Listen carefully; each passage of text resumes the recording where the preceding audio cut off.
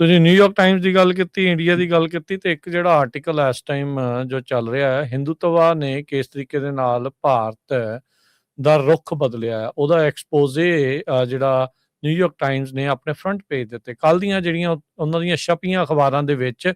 Front page ਦੇ ਵਿੱਚ ਜਿਹੜਾ ਉਹ ਆਇਆ, from shadows to power, how the Hindu right reshaped India. So RSS ਦੀ ਜਿਹੜੀ ਕਹਾਣੀ ਆ ਉਹਨਾਂ ਨੇ ਇਸ ਦੇ ਵਿੱਚ ਲਿਖੀ ਆ। ਮੋਦੀ ਦਾ ਜਿਹੜਾ ਉਹ ਦੱਸਿਆ ਆ ਵੀ ਜਿਹੜੀ ਇੰਡੀਪੈਂਡੈਂਸ ਡੇ ਦੇ ਉੱਤੇ ਉਹ ਜਿਹੜੀ ਐਡਰੈਸ ਕਰਦਾ ਹੁੰਦਾ ਆ, ਵੀ ਉਹਦੇ ਵਿੱਚ ਕਿਸ ਤਰੀਕੇ ਦੇ ਨਾਲ RSS ਦੇ ਉਹਨੇ ਗੁਣਗਾਨ ਕੀਤੇ, ਕਿੱਦਾਂ ਉਹਨੇ ਕਿਹਾ ਵੀ ਉਹਦੀ ਜ਼ਿੰਦਗੀ ਨੂੰ ਉਹਨੇ ਚੇਂਜ ਕੀਤਾ, ਤੇ ਇੰਡੀਆ ਨੂੰ ਮੁੜ ਬਣਾਉਣ ਦੇ ਵਿੱਚ ਕਿੱਦਾਂ ਉਸ ਦਾ ਅਹਿਮ ਯੋਗਦਾਨ ਜਿਹੜਾ ਹੋ ਰਿਹਾ ਆ। ਕਹਿੰਦੇ ਵੀ ਇਹ ਇੱਕ ਸ਼ੈਡੋ ਕਬਾਲ ਸੀਗਾ ਜਿਸ ਨੇ ਹਿੰਦੂਤਵ ਜਿਹੜਾ ਏਜੰਡਾ ਆ, ਹਿੰਦੂਤਵ ਦੇ ਜਿਹੜੇ ਮੁੱਦੇ ਆ, ਉਹਦੀ ਸੋ ਕਾਲਡ ਪ੍ਰਾਈਡ ਆ, ਉਸ ਨੂੰ ਰਿਵਾਈਵ ਕਰਨ ਦਾ ਇੱਕ ਕੰਮ ਜਿਹੜਾ ਉਹ ਸ਼ੁਰੂ ਕੀਤਾ ਜਿਹੜਾ ਉਹ ਹੈਗਾ ਆ। ਸੋ ਕਹਿੰਦੇ ਵੀ ਨੈਸ਼ਨਲਿਸਟ ਫਾਰਮੂਲਾ, ਜਿਹੜੀਆਂ ਫਾਸੀਵਾਦੀ ਪਾਰਟੀਆਂ ਜਿਹੜੀਆਂ ਹਿਟਲਰ ਦੀਆਂ, SS ਤੇ ਮੋਸੋਲੀਨੀ ਵਾਲੀਆਂ ਦੀਆਂ ਜਿਹੜੀਆਂ ਉਸ ਟਾਈਮ ਦੇ ਉੱਤੇ ਚੱਲ ਰਹੀਆਂ ਸੀ, ਉਸ ਤੋਂ ਜਿਹੜੇ ਆ ਉਸ ਨੇ ਹਰਜੋਤ ਸਿੰਘ ਜੀ ਕਹਿੰਦੇ ਵੀ RSS ਵਾਲਿਆਂ ਨੇ ਲੈ ਕੇ ਸਿੱਖ ਲੈ ਕੇ ਜਿਹੜਾ ਭਾਰਤ ਦੇ ਵਿੱਚ RSS ਦਾ ਜਿਹੜਾ ਉਹ ਨੀਂਹ ਪੱਥਰ ਇੱਕ ਹਿਸਾਬ ਦੇ ਨਾਲ ਰੱਖਿਆ। ਸੋ ਸੇਮ ਉਸੇ ਏਜੰਡੇ ਦੇ ਉੱਤੇ ਜਿੱਦਾਂ ਹਿਟਲਰ ਕਹਿੰਦਾ ਸੀਗਾ ਵੀ ਸਿਰਫ ਗੋਰੇ ਮੂਲ ਦੇ ਹੀ ਚੰਗੇ ਆ, ਆਰੀਅਨ ਲੋਕ ਹੀ ਚੰਗੇ ਆ, ਚਿੱਟੀ ਚਮੜੀ ਵਾਲੇ, ਨੀਲੀਆਂ ਅੱਖਾਂ ਵਾਲੇ, ਇਸੇ ਤਰੀਕੇ ਦੇ ਨਾਲ ਕਹਿੰਦੇ RSS ਉਹਨਾਂ ਤੋਂ ਪ੍ਰਭਾਵਿਤ ਹੋ ਕੇ ਉਹਨਾਂ ਨੇ ਵੀ ਆਪਣੀ ਜਿਹੜੀ ਪਾਰਟੀ ਆ ਉੱਥੇ ਜਿਹੜੀ ਉਹ ਬਣਾਈ। ਕਹਿੰਦੇ ਵੀ ਜਦੋਂ ਗਾਂਧੀ ਦੀ ਕਤਲ ਕੀਤਾ ਜਾਂਦਾ, ਅਸੈਸੀਨੇਸ਼ਨ ਕੀਤਾ ਜਾਂਦਾ, ਜਿਹੜਾ ਜਿਹਨੂੰ ਇਸ ਟਾਈਮ ਨਥੂਰਾਮ ਗੋਡਸੇ ਨੂੰ ਕਾਫੀ ਜ਼ਿਆਦਾ ਸੈਲੀਬ੍ਰੇਟ ਕਰਦੀ ਆ RSS ਵਾਲੇ, ਉਹ ਕਹਿੰਦੇ ਵੀ ਹੌਲੀ ਹੌਲੀ ਇਹਨਾਂ ਦਾ ਜਿਹੜੇ ਪੈਰ ਆ ਉੱਥੇ ਲੱਗਣੇ ਸ਼ੁਰੂ ਜਿਹੜੇ ਹੋ ਗਏ। ਕਹਿੰਦੇ ਵੀ ਫਿਰ RSS ਨੇ ਇਨਫਿਲਟਰੇਟ ਕਰ ਦਿੱਤਾ, ਯਾਨੀ ਕਿ ਘੁਸਪੈਠ ਕਰ ਦਿੱਤੀ ਭਾਰਤ ਦੀਆਂ ਜਿਹੜੀਆਂ ਇੰਸਟੀਟਿਊਸ਼ਨਸ ਦੇ ਵਿੱਚ, ਇੰਨੀ ਡੂੰਘੀ ਘੁਸਪੈਠ ਜਿਹੜੀ ਉਹ ਕੀਤੀ। ਕਹਿੰਦੇ ਵੀ ਜੇ ਮੋਦੀ ਨਾ ਵੀ ਰਿਹਾ ਤਾਂ ਵੀ ਜਿਹੜੀ RSS ਦੀ ਜਿਹੜੀ ਪਾਵਰ ਆ ਉਹ ਕਿਤੇ ਜਾਣ ਵਾਲੀ ਨਹੀਂ ਆ। ਕਹਿੰਦੇ ਵੀ it will remain a powerful force long after mister Modi is gone. So RSS ਦੀ ਘੁਸਪੈਠ ਭਾਰਤ ਦੇ ਵਿੱਚ ਐਡੀ ਵੱਡੇ ਪਾਵਰ ਦੇ ਉੱਤੇ ਜਿਹੜਾ ਉਹ ਪਹੁੰਚਣਾ, ਉਹ ਇੱਕ ਉਸ ਦੀ ਜਿਹੜੀ ਸਟੋਰੀ ਆ ਨਿਊਯਾਰਕ ਟਾਈਮਸ ਨੇ ਇਹ ਰਨ ਕੀਤੀ ਹੈਗੀ ਆ। ਆਪਾਂ ਇਸ ਵਾਰ ਦੇਖ ਹੀ ਰਹੇ ਹਾਂ ਹਰਜੋਤ ਸਿੰਘ ਜੀ ਵੀ ਜਿਸ ਤਰੀਕੇ ਦੇ ਨਾਲ ਕ੍ਰਿਸਮਸ ਦੇ ਵਿੱਚ ਜਿਹੜੋ ਹਿੰਦੂਤਵੀ ਏਜੰਡੇ ਦੇ ਤਹਿਤ ਜੋ ਉੱਥੇ ਚੱਲਿਆ ਆ, ਜੋ ਹਿੰਦੂਤਵੀ ਤਾਕਤਾਂ ਨੇ ਉਹਨਾਂ ਨੇ ਕਿਸ ਤਰੀਕੇ ਦੇ ਨਾਲ ਜਿਹੜਾ ਉਹ ਕੀਤਾ। ਲੇਟਲੀ ਦੇਖ ਰਹੇ ਸੀ 2-4 ਮੈਂ ਵਲੌਗਰਸ ਜਿਹੜੇ ਹਰਜੋਤ ਸਿੰਘ ਜੀ ਦੇਖੇ, ਕੋਈ ਨਾਰਥ ਕੋਰੀਆ ਵਾਲਾ, ਕੋਈ ਜਾਪਾਨ ਤੋਂ, ਕੋਈ ਚਾਈਨਾ ਤੋਂ, ਜਿਹੜੇ ਉੱਥੇ ਆਏ ਹੋਏ ਸੀ, ਜੋ ਉਹਨਾਂ ਦੇ ਨਾਲ ਇਹਨਾਂ ਨੇ ਬਦਸਲੂਕੀਆਂ ਕੀਤੀਆਂ ਤੇ ਜੋ ਉਹਨਾਂ ਦੇ ਨਾਲ ਵਰਤਾਰਾ ਕੀਤਾ ਆ, ਉਹ ਜਾਂਦੇ ਜਾਂਦੇ ਇਹੀ ਕਹਿ ਕੇ ਗਏ, ਆਈ ਹੇਟ ਇੰਡੀਆ। ਹੁਣੇ ਜਿਸ ਨੂੰ ਟਰੰਪ ਲੈਂਡ ਬਣਾਉਣ ਦੀ ਗੱਲ ਆਖੀ ਜਾ ਰਹੀ ਆ ਨਾਰਥ ਈਸਟ ਨੂੰ ਹਰਜੋਤ ਸਿੰਘ ਜੀ, ਉਹਦੇ ਕਰਕੇ ਰੌਲਾ ਰੱਪਾ ਜਿਹੜਾ ਪਿਆ ਆ। ਉਸ ਇਲਾਕੇ ਦਾ ਇੱਕ ਬੰਦਾ ਜਿਹਦਾ ਪੇ BSF 'ਚ ਫੌਜੀ ਆ, ਉਹਨੂੰ ਉੱਥੇ ਦੀ ਭੀੜ ਨੇ ਕੁੱਟ-ਕੁੱਟ ਕੇ ਮਾਰ ਦਿੱਤਾ, ਕਿਉਂਕਿ ਉਹ ਵੇਖਣ ਨੂੰ ਚਾਈਨੀਜ਼ ਮੂਲ ਵਰਗਾ ਕਹਿੰਦੇ ਜੀ ਉਹ ਲੱਗਦਾ ਸੀਗਾ। ਉੱਥੇ ਪਤਾ ਹੀ ਆ ਵੀ ਜਿਸ ਤਰੀਕੇ ਦਾ ਰਵੱਈਆ ਆ ਉਹ ਕੀਤਾ ਜਾਂਦਾ। ਸੋ ਕਹਿੰਦੇ ਵੀ ਇਹ ਸਾਰਾ ਕੁਝ ਜੋ ਉੱਥੇ ਵਾਪਰ ਰਿਹਾ ਉਹ RSS ਦੀ ਜਿਹੜੀ ਉਹ ਦੇਣ ਹੈਗੀ ਆ। ਸੋ ਪੋਲੀਟੀਕਲ ਡਿਵਾਈਡ ਤੇ ਹਿੰਦੂਤਵਾ ਜਿਹੜਾ ਉਹਨਾਂ ਨੇ ਇਸ ਤਰੀਕੇ ਦੇ ਨਾਲ ਇਸ ਨੂੰ ਜਿਹੜਾ ਉਹ ਅੱਗੇ ਲੈ ਕੇ ਆਂਦਾ ਹੈਗਾ ਆ। ਸੋ ਕਹਿੰਦੇ ਵੀ RSS ਇੱਕ ਜਿਹੜੇ ਹਰਜੋਤ ਸਿੰਘ ਦੀ ਮੁੰਬਈ ਦੇ ਹੈਗੇ ਨੇ ਡਾਕਟਰ ਨਿਤਿਸ਼ ਜਿਹੜੇ ਭੰਡਾਰਕਰ, ਉਹ ਕਹਿੰਦੇ ਵੀ RSS ਦੇ ਨਾਲ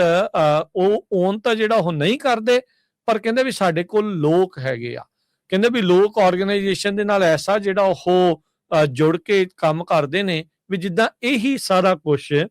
ਹੁੰਦਾ ਆ। ਸੋ RSS ਦੀ ਜਿਹੜੀ ਘੁਸਪੈਠ ਆ ਉਹ ਉਸ ਤਰੀਕੇ ਦੇ ਨਾਲ ਹੀ ਆ। ਥੋੜੇ ਦਿਨ ਪਹਿਲਾਂ ਦੀ ਗੱਲ ਆ ਹਰਜੋਤ ਸਿੰਘ ਜੀ, ਇੱਕ ਬਲਾਤਕਾਰੀ ਜਿਹੜਾ ਸਿੰਗਰ ਆ ਉਸਨੂੰ ਜਦੋਂ ਬੇਲ ਮਿਲੀ,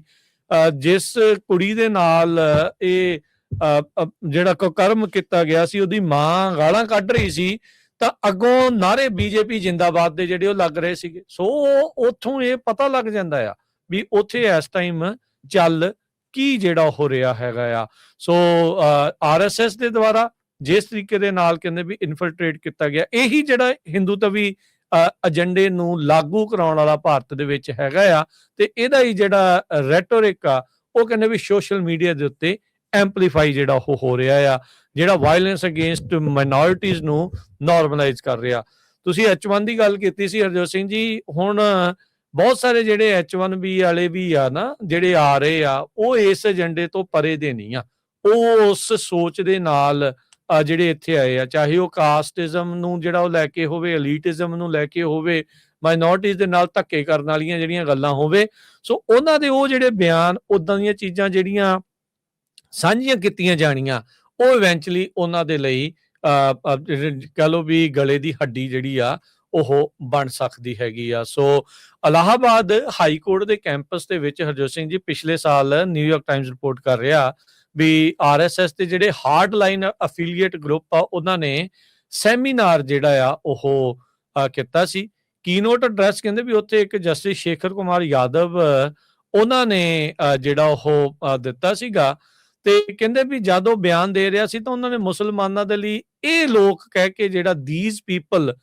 ਕਰਕੇ ਜਿਹੜਾ ਸ਼ਬਦ ਵਰਤਿਆ ਸੀ, ਕਹਿੰਦੇ ਵੀ ਇਹ ਕਲੀਅਰ ਬਾਅਦ ਦੇ ਵਿੱਚ ਕੀਤਾ, ਕਹਿੰਦੇ ਵੀ ਮੁਸਲਮਾਨਾਂ ਨੂੰ ਡਿਸਕ੍ਰਾਈਬ ਕਰਨ ਦੇ ਲਈ ਇੱਕ ਜਿਹੜਾ ਘਟੀਆ ਸ਼ਬਦ ਦੇ ਤੌਰ ਦੇ ਉੱਤੇ ਉਹਨਾਂ ਦੇ ਅੰਦਰੂਨੀ ਤੌਰ ਦੇ ਉੱਤੇ ਜਿਹੜਾ ਉਹ ਵਰਤਿਆ ਜਾਂਦਾ। ਕਹਿੰਦੇ ਵੀ ਜੱਜ ਜਿਹੜਾ ਉਹ ਕਹਿ ਰਿਹਾ,